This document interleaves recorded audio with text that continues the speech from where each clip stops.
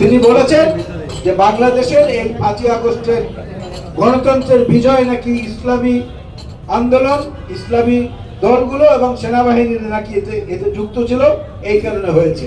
এবং তিনি বলেছেন ভারতকে বাংলাদেশের বিচার ব্যবস্থায় যেন হস্তক্ষেপ করা হয়। আমরা ডক্টর ইউনূস সাহেবের সরকারকে বলবো এই ব্যাপারে ভারতের কাছে কড়া প্রতিবাদ জানান। এইসব চোর, এইসব লুটেরাদেরকে কেন এখানে আশ্রয় দিয়েছে এবং তাদেরকে কথা বলার সুযোগ কেন দেওয়া হচ্ছে? এইসব বক্তব্যের মাধ্যমে আমাদেরকে দেশকে অশান্ত করার চেষ্টা চলছে, ষড়যন্ত্র চলছে। এই ষড়যন্ত্রের বিরুদ্ধে আমাদের রুখে দাঁড়াতে হবে। আগে সংস্কার না আগে নির্বাচন, এই তর্ক যারা করেন তাদেরকে বলবো এই তর্কের কোনো প্রয়োজন নেই, দুটোই দরকার। সংস্কার 31 দফা বেগম 31 দফা জনাব তারেক রহমান দিয়েছেন 2 বছর আগে, বেগম খালেদা জিয়া দিয়েছেন 6 বছর আগে।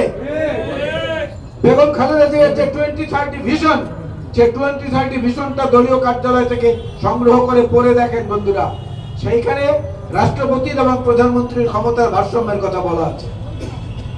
সেইখানে 2 মেয়াদের বেশি কেউ হতে পারবেন